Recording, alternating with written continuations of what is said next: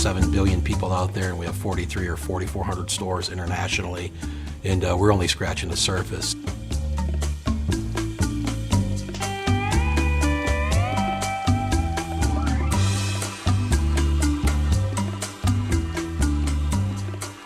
I'm Scott Hinshaw. I'm the Executive Vice President of Franchise Operations, Development, and Training. I've been with Domino's Pizza for 25 years. Actually, I've held just about every operations job that we have at Domino's Pizza, a store manager, a district manager, a director of operations. I've been a vice president for 17 years and an executive vice president for a little over 4 years. My job today is to help guide, lead, and assist franchisees around the United States to improve their business. Here in the U.S., we have about 5,000 stores in about 65 or 66 countries. We're at about 9,400 stores around the world. About 10% of our system are company-owned stores. We have about 425 stores that we own and operate ourselves. It's a big business unit. We do over $3 billion a year in sales. It's 1,100 franchisees. So there's obviously a lot of moving parts and a lot of things to look after. But with the organization, the way it's set up, an operations arm, a training arm, and a development arm, and then key folks underneath those individual vice presidents or those leaders, we're able to get a lot done. So I think she's going to be surprised. We're going to bring her the new pizza, see how she likes it. She has no idea we're coming. Hey. Adrienne? Yeah.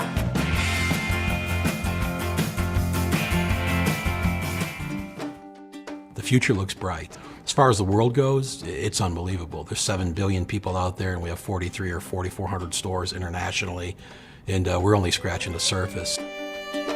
In order to be a Domino's Pizza franchisee, you have to be an approved operator, and typically that means work in the system for a minimum of 1 year, have great operations results and scores, and be sponsored by your franchisee or by a corporate team member.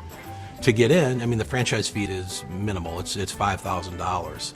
To open a Domino's Pizza store, you can build a beautiful new store, top of the line, for about $250,000. Whereas if you look at other concepts, a McDonald's or a Burger King, a business that requires a bigger footprint and bigger real estate, that can run into the millions. Our franchisees are entrepreneurs, and they have great ideas and suggestions and recommendations, but they know when they signed on to be a franchisee at Domino's Pizza, it was part of a bigger thing. It was part of an entire system that really provides a strong platform for teaching and coaching and education and product and marketing and all the things that go with being in a big franchise organization.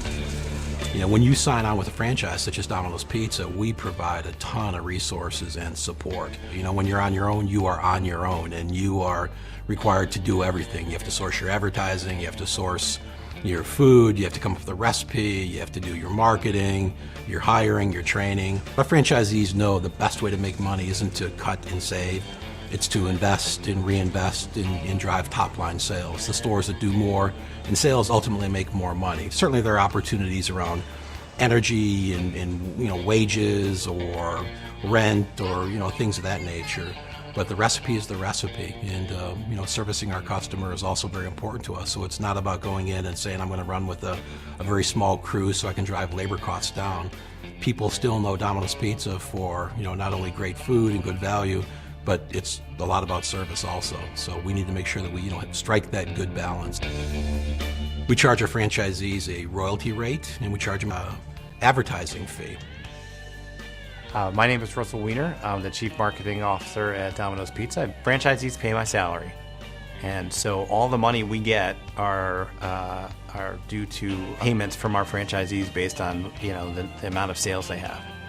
And so, in a way, not in a way, really, we're spending our franchisees' money, and our average franchisee is about 3 stores, and so, if we make a bad decision and we're not spending their money the right way, it's not a big corporation you're messing with. It's someone like you or me. 40% more herbs in the sauce. New shredded cheese with tons of flavor. And a new garlic seasoning on the crust. We want everybody. When sales are up 10%, it's certainly easier, never easier to get people to agree with what you're doing. But can you imagine going to folks who've owned their pizza store for 20, 30 years, telling them, yeah, we're about to go on air saying that the old pizza wasn't good enough? Pretty tough. And so what we do is we spend a lot of time going out to our franchisees on road shows and conference calls, trying to let them know the reasons why we're doing things. When we launched our new and inspired pizza, we'd worked on it for a couple years. And it was really under the radar, yeah, but late in the process, we brought some key franchisees in and we had, showed them the product and how we were going to get there and what it was going to cost to make the food. Once we got their buy-in, we took it to the advisory boards, and then we took it to the marketplace. We had 5 meetings across the U.S. We invited every single franchisee, and we call it a road show, to attend one of these meetings. And we had the old product, and we set it against the new product, and we had everybody taste the new pizza. And I think all but 2 or 3 franchisees across the United States raised their hand and said, "This is fantastic. We're there." So we had consensus. We absolutely had buy-in with our franchisees that the food was better.